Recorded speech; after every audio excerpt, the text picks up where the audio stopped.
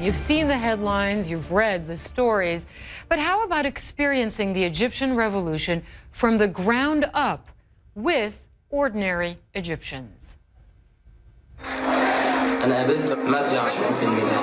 مجدي عاشور هو أحد أعضاء الإخوان المسلمين. كنت في يوم من الأيام أتوقع إن نقف في ميدان التحرير متضامنين كلنا مع بعض، كان بالنسبة لي تبقى صعبة. لو آخر نقطة دم طلعت مننا قوات مسلحة مش هيطلع طلقة فيهم.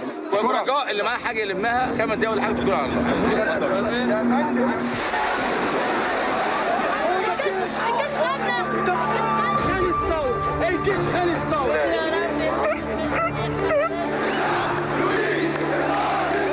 قول لي احنا هنعمل ايه دلوقتي عم مجدي؟ انا مش هفرح لما انت تاخد رصاصة في دماغك وتموت يعني.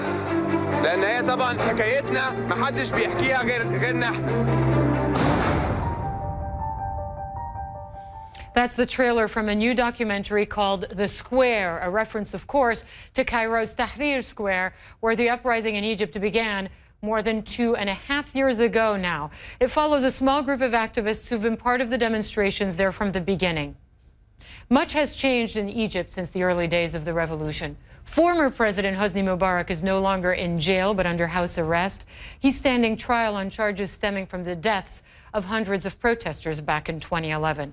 His successor, Mohamed Morsi, is being held in an undisclosed location after being ousted barely a year into his presidency. And Egypt today has only an interim government and military rulers once again.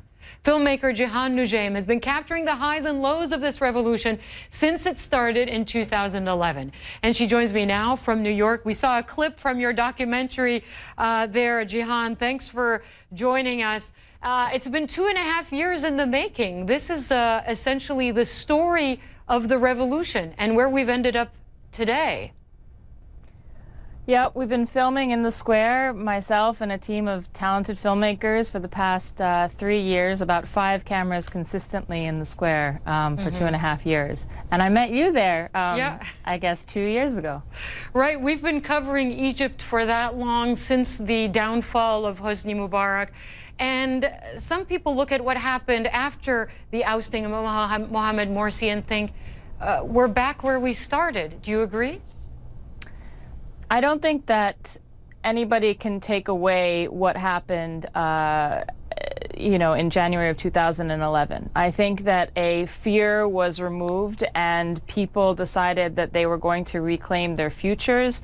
And I don't think that that memory and that understanding of people's obligation to fight for their rights is ever going to disappear. However, the kinds of crackdowns and the human rights abuses that have continued recently have obviously been horrible and do harken back to the times of 2.5 years ago. And those people you've spoken with and featured in your film, Khalid Abdullah, for instance, a very famous Egyptian anchor, he's featured very prominently in your documentary. Do they think it was all worth it to get to the point where we are today? All the effort, the sleepless nights, the blood, the conflict with their countrymen and women in some cases? I think if you speak to all of the characters, each one of them would say that the revolution will continue, that it was worth it what they fought for, and that they will never be able to go back again. I think it's a very dark time right now, but we've all seen dark times before. 6 months after Mubarak stepped down, protesters were being run over by tanks. And people rose up from that again. So seeing these kinds of personalities, nobody ever sees the Martin Luther King or the Gandhi when they've lost everything and when they feel like they've lost. And this is what this film does, is it shows you what you have to do to try to achieve change. It's a process. Rather than something that you can determine. You can't determine success or failure based on an event or events. So through this film, you see these characters as they go through the ups and downs and the roller coaster ride, and you see when they feel like they've lost everything and that everybody is against them. But the most important time is when they decide to go back the next day. And they remain hopeful, and we see that at the end as well. Let me show one more clip from your film.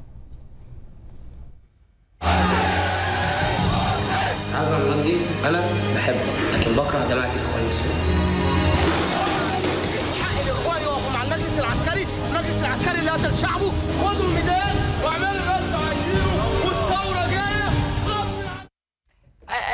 One girl in your documentary says something that I found extremely interesting and very important when it comes to what's going on in the Arab world.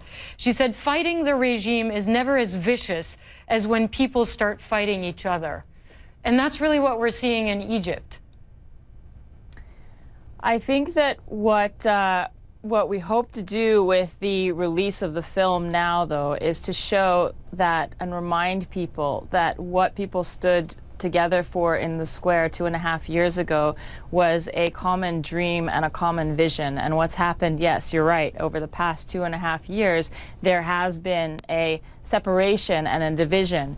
But I think we do have to remember that we have to avoid getting stuck in these binaries, this conversation of it's either the Muslim Brotherhood or the military. I think what's happening is it is this fight between organized fascism and disorganized social movements. And I think what our characters stand for, even our Muslim Brotherhood character, is the fight for a social movement, a change. And it's a founding period in Egypt, and we need to look at it that way. You think that the media are oversimplifying what's going on in Egypt?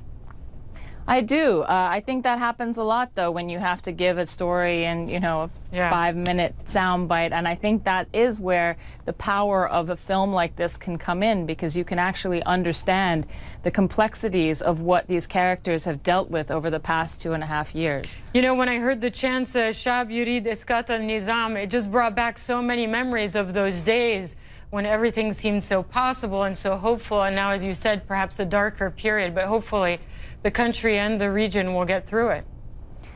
I hope so too. We're hoping to bring the film to Egypt in November. So we're hoping to pass through censorship and to bring some really interesting discussions about what is going on in Egypt. The film opens actually this Friday at the Film Forum in New York City, and then opens in Los Angeles. So please check out our website at thesquarefilm.com to find out when it's opening in Egypt and the rest of the world. All right, thesquarefilm.com. Jehane Noujaim, thanks so much for joining us from New York. Thank you so much for having me.